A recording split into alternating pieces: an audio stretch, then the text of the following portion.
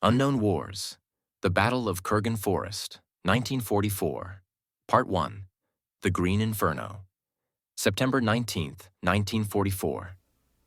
The men of the 9th Infantry Division crossed a shallow creek, the Weiser Way, and entered the Hürtgenwald. For Private First Class Sam Walker, a farm boy from Iowa who'd come ashore at Normandy and fought across France, it felt less like an advance and more like a descent. The victorious, heady pursuit of the collapsing German army after Paris evaporated the moment the trees closed around them. The forest was a physical presence, an entity. It wasn't the picturesque woods of storybooks. It was a monoculture of towering, dark-needled Norway spruce, planted so densely that the sky vanished at noon, plunging the world into a perpetual mossy twilight. The ground was a treacherous quilt of decaying ferns, hidden roots, and mud that never saw the sun. The air was cold, damp, and silent in a way that felt heavy and watchful. It swallowed sound. The distant rumble of artillery, a constant companion since June, became a muffled thudding, directionless, as if the earth itself had indigestion. The initial intelligence had been catastrophically wrong. The High Command, fixated on the open ground leading to the Rhine and the glittering prize of the Ruhr beyond, saw the Hürtgen as a minor obstacle on their left flank, a wooded nuisance to be brushed through. They failed to see what Field Marshal Walter Model, the defensive genius of the German army, saw: a fortress. Not one made of stone, but of wood, mud, and despair. The first casualty was not from enemy fire, but from the forest itself. A soldier from Sam's squad, a city kid from Brooklyn named Finney, stepped off the vague trail to relieve himself and simply vanished. They called his name, searched for 20 minutes in the oppressive gloom, but the ferns and shadows had swallowed him whole. They moved on, hearts pounding, now terrified of getting lost 10 yards from the man in front. Then the artillery started. Not the traditional barrage, but something the Germans called tree bursts. The shells were fused to explode in the upper branches of the dense firs. Instead of digging craters in the earth, they filled the air with a blizzard of death. The explosions were a deafening crack overhead, followed by a lethal rain of white-hot shrapnel, splintered wood the size of spears, and jagged pine needles driven like nails. There was no cover. A foxhole was useless. Men were eviscerated, impaled, and blinded standing up. The screams that followed were high-pitched and unending. Sam dove under the massive, gnarled root system of an ancient spruce, pressing his body into the cold mud as the world above him turned into a whirling, shredding chaos. He emerged minutes later, ears ringing, his uniform speckled with the bloody pulp of the man who'd been 3 feet to his left. The German defenses were diabolical in their simplicity and cruelty. The entire forest was a meticulously prepared killing zone. Dragon's teeth, concrete tank obstacles lurked in clearings. Every trail was zeroed in by mortars. But the real horror was the mines. Not just standard teller mines, but shoe mines, made of wood and undetectable by metal detectors. A simple pressure of 6 kilograms a child's step would trigger a blast that usually only took a foot, but the psychological damage was total. They were nicknamed Bouncing Betties by the terrified GIs. When triggered, they sprang waist-high before detonating, spraying ball bearings. The forest floor became a paranoid's nightmare. A mossy hummock, a fallen branch, a clump of ferns, any of them could hide mutilation. Progress slowed to a literal crawl. Men tapped the ground ahead with bayonets, inching forward, the constant gut-wrenching tension a torture worse than the sporadic machine gun fire. And then came the first bunkers. They weren't grand concrete fortresses, but low, sod-covered log and earth pillboxes, so perfectly camouflaged they were invisible until a machine gun, usually an MG-42 with its terrifying ripping Hitler's buzzsaw rate of fire, opened up from a range of 30 yards. The lanes of fire were cleared through the undergrowth, creating fatal funnels. To attack one, a squad had to cross a murderous open space, then attempt to get close enough to throw grenades into the firing slits, or pour flamethrower fuel down the ventilation pipes. It was close-quarter, hand-to-hand, bayonet and entrenching tool work of unparalleled savagery. Success meant a few yards of blood-soaked ground and the right to face the next identical bunker, 20 yards deeper in the gloom. By the end of the first week, Sam's company had lost a third of its men. They had advanced less than a mile. They were perpetually cold, wet, and exhausted.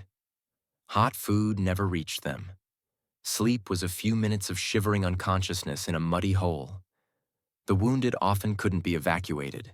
The trails were mined, and stretcher bearers were prime targets for snipers.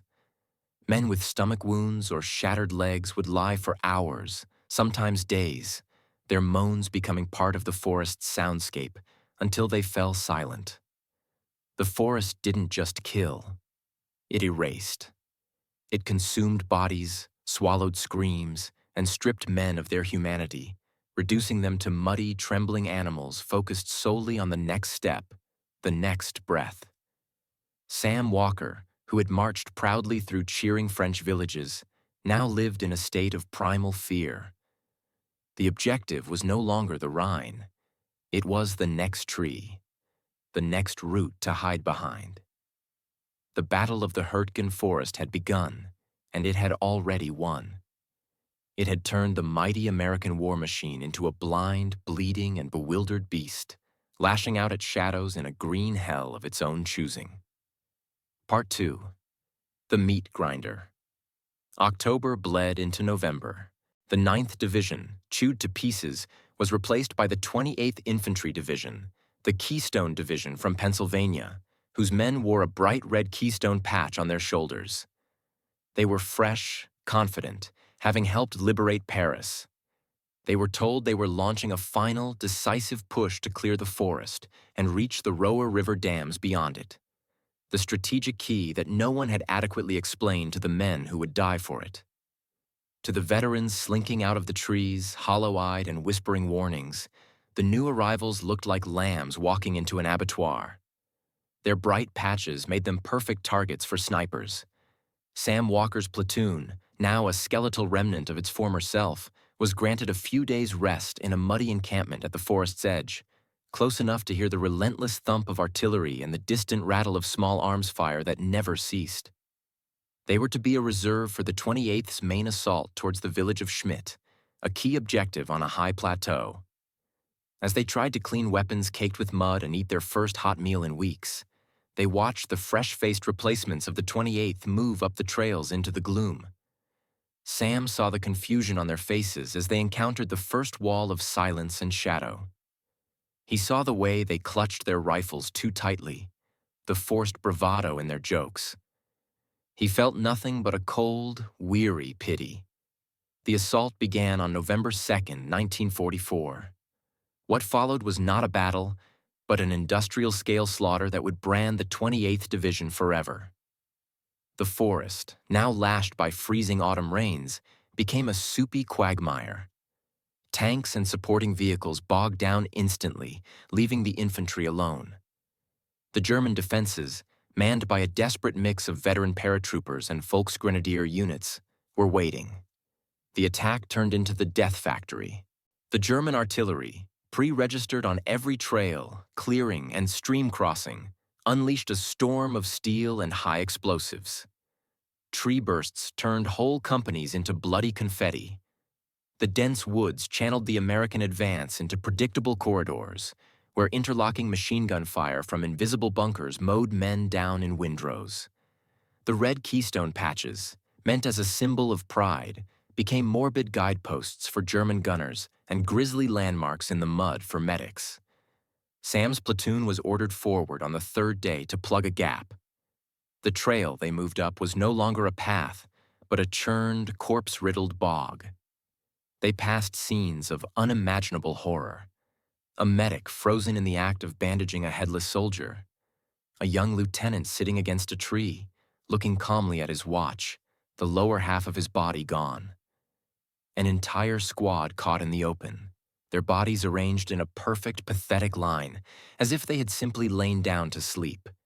The smell was a unique perfume of high-explosive cordite, damp earth, pine sap, and the sweet, cloying stench of decomposition. It coated the back of the throat. They reached what was left of a company from the 28th, dug into a scrabble of shallow, water-filled holes near a place called the Call Trail. The men were catatonic with shock, their eyes wide and unseeing. Their captain, a man with a bandaged hand shaking uncontrollably, just pointed into the mist-shrouded trees. "They're in there, everywhere." That night, the temperature plummeted. The rain turned to sleet, then to snow. Men who had lost their blankets and packs in the chaos slowly froze to death in their holes. Hypothermia claimed more lives than bullets. Sam shared his foul, wet blanket with his squad's radio man, a kid from Philly named Donnelly, just to keep them both from shivering apart.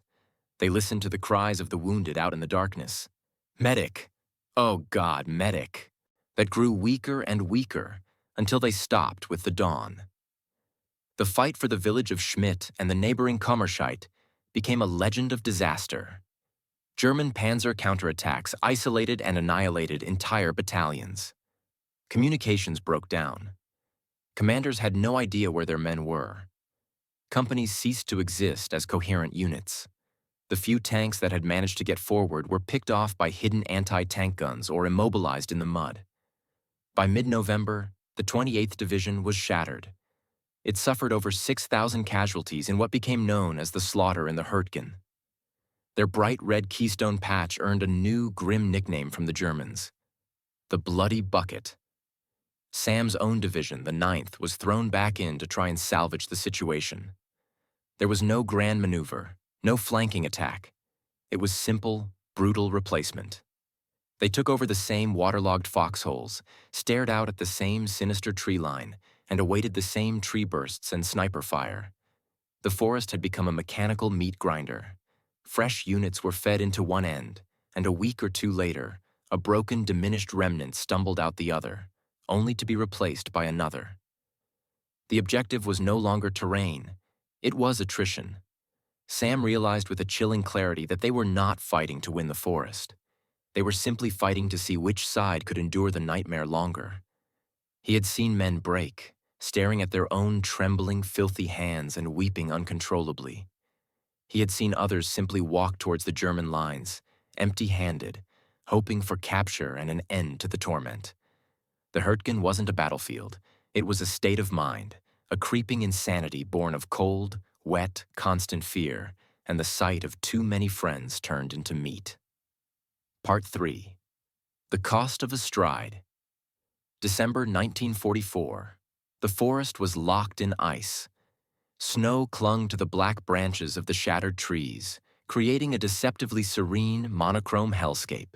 The cold was a sharp, biting agony that made the mud of autumn seem hospitable.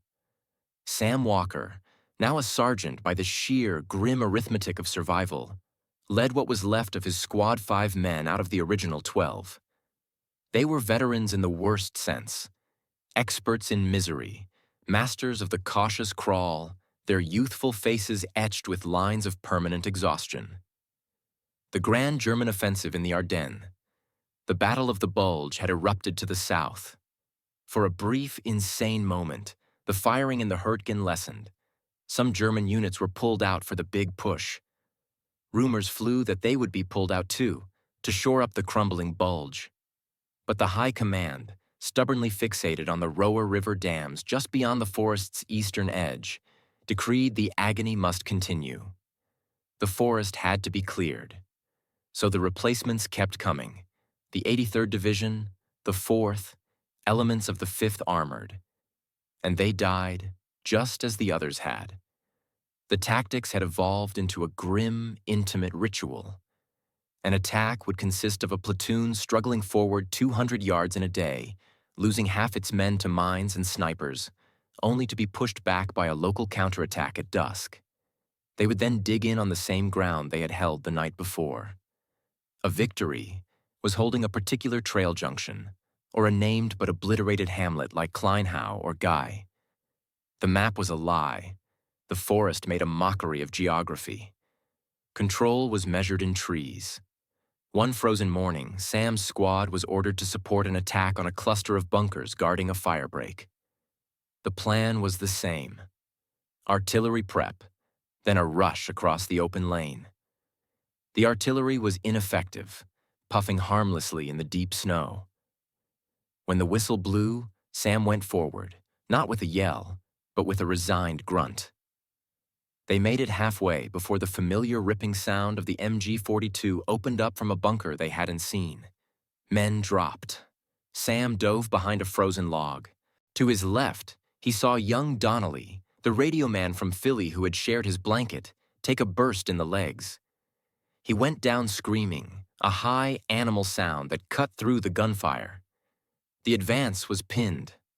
They were lying in the open, in the snow. Donnelly's screams were shredding everyone's nerves. "Shut him up," someone hissed. A medic, a brave fool, tried to crawl out. A sniper shot him through the shoulder. He fell silent, writhing. Sam made a decision. It wasn't heroism. It was a calculation of sanity. He couldn't listen to Donnelly die for another hour. He gathered 2 grenades, gestured to his bar gunner to lay down suppressing fire at the bunker's slit, and began a low, agonizingly slow crawl along a slight dip in the ground, his body screaming against the frozen earth. It took him 20 minutes to cover 40 yards. His world shrank to the snow in front of his face, the sound of his own breath, and the distant, muted thump-thump-thump of his own pulse. He reached the side of the low, snow-covered mound that was the bunker. He could hear German voices inside, confident, laughing. He pulled the pin on his first grenade, let the spoon fly, counted to 2, and lobbed it in through the narrow ventilation pipe he'd spotted. The muffled crump from inside was followed by screams. He scrambled to the front, yanked the pin on the second grenade, and shoved it through the machine gun slit before tumbling away. The explosion was satisfyingly solid. The machine gun stopped. Silence. Then the sound of American whoops. The bunker was taken. They had gained 50 yards. Donnelly was dragged back, unconscious from blood loss, likely to lose both legs. 2 other men were dead. The bunker yielded 3 dead Germans and a terrified wounded boy of no more than 16, clutching a picture of his mother. Sam sat in the captured position, his back against the cold concrete, smoking a captured German cigarette, its tobacco harsh and unfamiliar. He felt nothing. No pride, no relief, no hatred for the boy. Just a profound, hollow emptiness. This was the pinnacle of his war. 50 yards of bloody snow, 3 friends gone, and a teenage prisoner. This was the currency of the Hürtgen. The battle finally sputtered to an end in February 1945. The last German resistance in the forest collapsed, not from being overwhelmed, but from the sheer, cumulative exhaustion of both sides and the collapse of their front elsewhere. American engineers, at a horrific cost, finally reached and, weeks later, secured the Ruhr River Dam's the original forgotten objective. Sam Walker walked out of the forest with the survivors of his company. They did not march. They shuffled, a ragged line of filthy, hollow-eyed men, their uniforms in tatters, their weapons slung like burdens. They emerged into a field near the town of Duran. The sight of open sky, unobstructed by the claw-like branches of spruce, was momentarily blinding and terrifying. The silence, without the ever-present thump of tree bursts, was deafening. Behind them, they left a swath of woodland that no longer resembled a forest. It was a shattered, skeletal wasteland. Every tree was splintered, broken, or stripped bare. The ground was a cratered, churned morass of mud, ice, and iron. And hidden within it, in unmarked graves or simply decaying where they fell, were over 33,000 American casualties. Tens of thousands more Germans lay beside them. The Battle of the Hürtgen Forest never produced a clear victory narrative. It was a campaign of stubborn, tragic folly. It wasn't a stepping stone to Berlin. It was a ditch dug across the path, filled with American blood. For Sam and the men who endured it, the war didn't end in the Hürtgen. A part of them was buried there. They had learned that some terrain holds a malevolence of its own. that command can be blind, and that the cost of a single stride forward in a dark wood could be more than the human spirit was ever meant to pay.